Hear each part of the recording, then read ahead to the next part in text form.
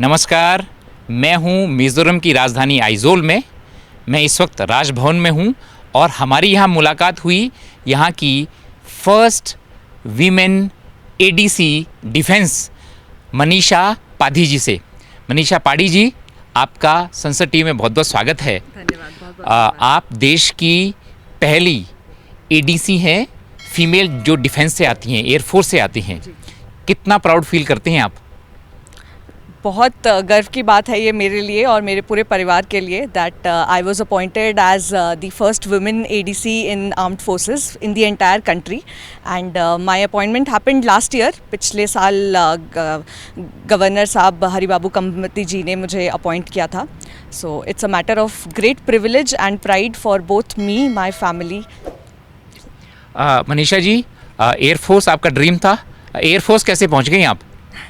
हमेशा से air force has been my dream all throughout my life and I was trying since the day I joined my college. I was trying to give exams and in my first attempt itself I got through the exams. I cleared the SSB, medicals and everything, and I got commissioned in December 2015. I'm from the air traffic controlling branch of the Indian Air Force. तो squadron leader Manisha Padhi, ये जो नाम है आपके लिए और आपकी family के लिए कितना इम्पोर्टेंट है ये? बहुत important. This has been like the most biggest achievement for me, being the part of the proud Indian Air Force family and being an air traffic controller and then getting posted here as the ADC to a governor and being the first female to do so is like a great matter of great pride and privilege for both me and everybody. Manisha ji, आप कहाँ से हैं, मूल निवासी कहाँ की हैं? अपने बारे में कुछ बताएं, आपके फैमिली बैकग्राउंड के बारे में बताएं। जी, मैं रहने वाली हूँ बरहमपुर, जो कि एक टाउन है सदर्न ओडिशा में। मेरा घर वहाँ पे है। My father also happens to be in the air force and because of getting motivated from him I have lived in the air force environment all throughout my life. So I was motivated enough to follow his footsteps and join and become an Indian air force officer just like him. जी, नारी वंदन अधिनियम देश में लागू हो जाएगा, पास हो गया है लोकसभा से, और उसके बाद फीमेल की जो प्रेजेंस है वो एयरफोर्स हो या हमारा आर्मी हो या नेवी हो, सब में प्रेजेंस है अब। आप क्या कहना चाहेंगी यंग गर्ल्स से जो चाहती हैं कि वो भी एयरफोर्स में आएँ या और भी जो भी फील्ड है उसमें आना चाहती हैं, उनके लिए क्या मैसेज आपकी तरफ से?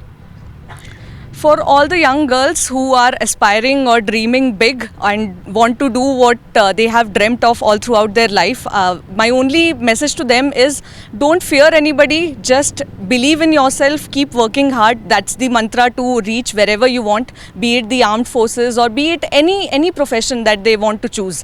They should just keep believing in themselves. Never lose hope, never think that you cannot do it. You can do everything. Don't consider yourself less privileged because you're a woman. It's not like that.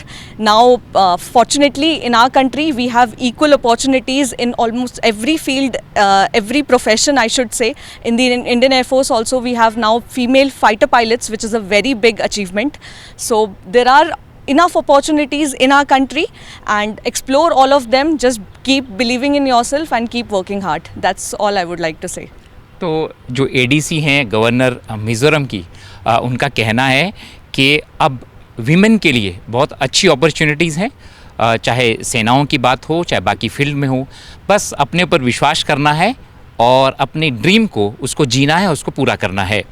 पवन कुमार शर्मा, संसद TV, Aizawl, Mizoram.